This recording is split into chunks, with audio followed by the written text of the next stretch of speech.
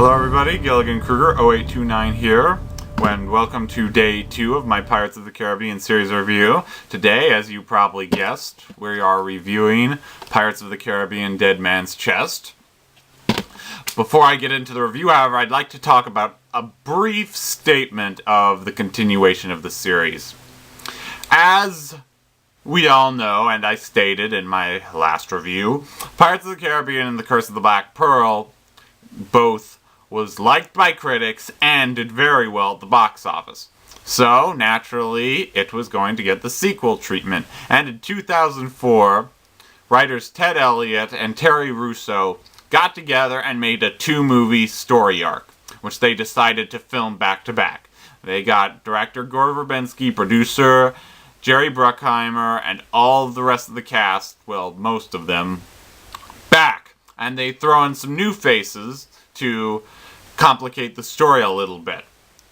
With that being said, let's talk about Dead Man's Chest. So, we start a few years after the end of the first movie.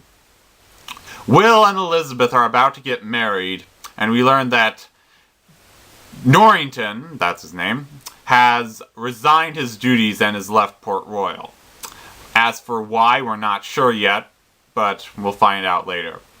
And that's when we're introduced to our first new character, Lord Cutler Beckett, played by Tom Hollander. He's the head of the East India Trading Company, and he has decided to charge Will, Elizabeth, and Norrington on the punishments of death because they helped Jack escape from his hanging. However, Beckett decides he will strike a deal with Will.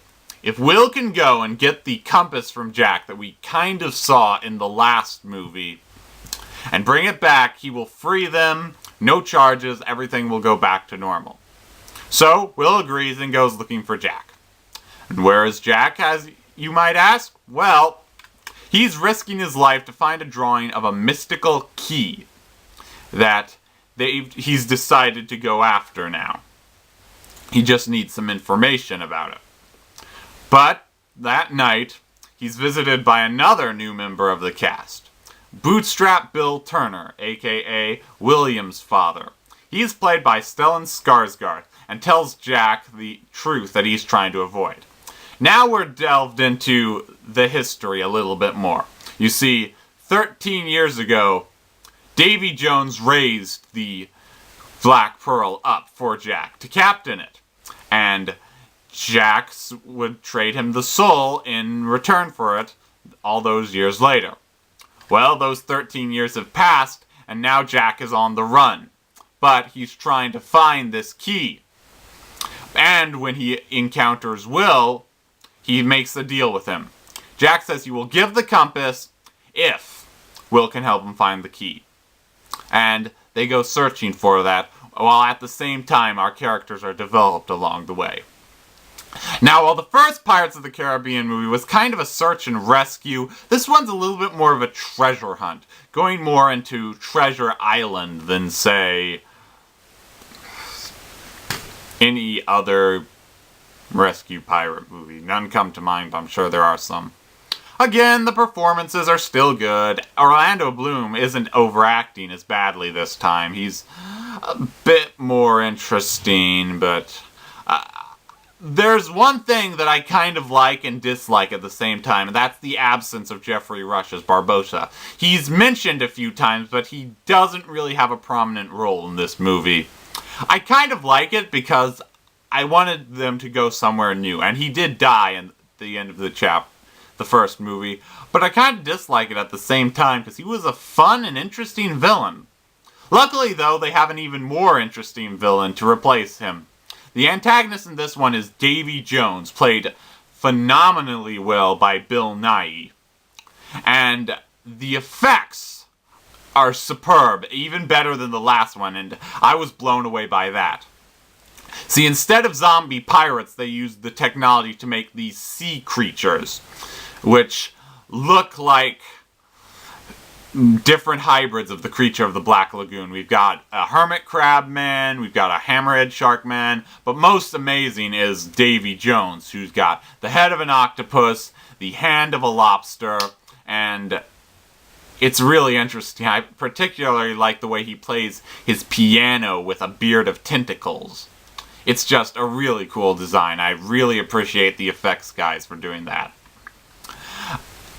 On other terms,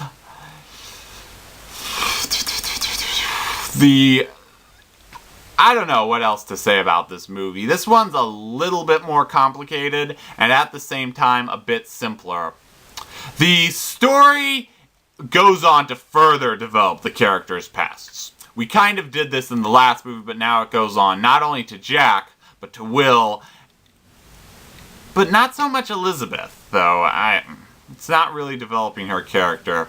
One thing I do like about this movie is the reintroduction of Norrington, who is completely different from the way we saw him in the first movie. He's, when we see him, a drunk who's basically lost his mind and is trying to regain his honor. And he switches from good guy to bad guy, sometimes back and forth, and you're not sure what he's doing. My complaints about the movie are the story. It's, as I said, it's sometimes too complicated and other times it's too simple because it's throwing a lot of things at us our way. And don't get me wrong, there are some really good points in here.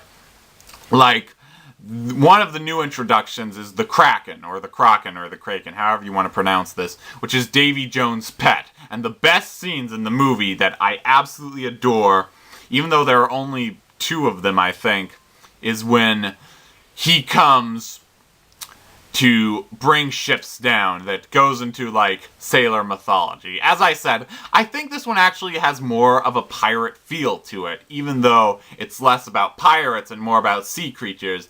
I found that entertaining, but I'm also drawn back by the ending, and I'm not much for cliffhangers, to be completely honest. They're not bad, and I know this was intended to be 2 additional movies, and they're leading us into it, but it came to a little bit of a surprise.